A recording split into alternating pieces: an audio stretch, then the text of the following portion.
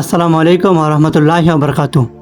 মহান আল্লাহ সুবহানাহু ওয়া তাআলার দয়া এবং শান্তি রহমত সবার উপর বর্ষিত হোক। মহান আল্লাহ সুবহানাহু ওয়া তাআলা পবিত্র কোরআনে সূরা নূরের 30 নম্বর আয়াতে উল্লেখ করেন, মুমিন পুরুষদেরকে বলে দাও তারা যেন তাদের চক্ষুকে হেফাজত করে। সুবহানাল্লাহি ওয়া বিহামদি। আল্লাহ সুবহানাহু ওয়া তাআলা জানেন যে পুরুষেরা তাদের চক্ষুকে হেফাজত করতে হবে। এর জন্য আল্লাহ সুবহানাহু ওয়া তাআলা বলেন যে পুরুষদেরকে তাদের চক্ষুকে হেফাজত করতে বলো। সুবহানাল্লাহি ওয়া বিহামদি। আমি যখন কোথাও যাই বা কোনো মানুষদের সাথে মিশি, তখন আমি অবলীলায় দেখতে পাই যে আমাদের কিছু ভাইয়েরা 2 জন 3 জন 5 জন যখন একখানে বসে, তখন তারা যখন কোনো নারীকে দেখে, তারা এই নারীকে নিয়ে কী পরিমাণ কটু মন্তব্য করে, কী পরিমাণ তাদের মনের খায়েশ মিটায়, কী পরিমাণ তারা কী যে করতে চায় এই নারীটাকে, একমাত্র আল্লাহ সুবহানাহু ওয়া তাআলাই জানে। এবং আমি শুনে খুবই বিস্মিত হই, শুনে আমি খুবই রাগান্বিত হই, শুনে আমি খুবই অবাক হই যে কীভাবে একটা নারীকে নিয়ে কটু মন্তব্য করতেছে, কীভাবে এইসব কথা বলতে পারে।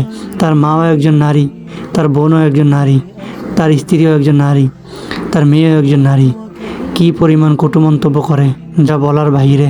এবং আমাদের মা বোনরা যদি জানতো যে পুরুষেরা তাদেরকে দেখলে কী পরিমাণ কটু মন্তব্য করে, কী পরিমাণ তাদের মনের খায়েশ জাহির করে, তারা কখনোই, তারা কোশ্চিনকালেও রাস্তাতে, দোকান পাটে, হাট বাজারে তারা কখনোই আসতো না, তারা কখনোই আসতো না।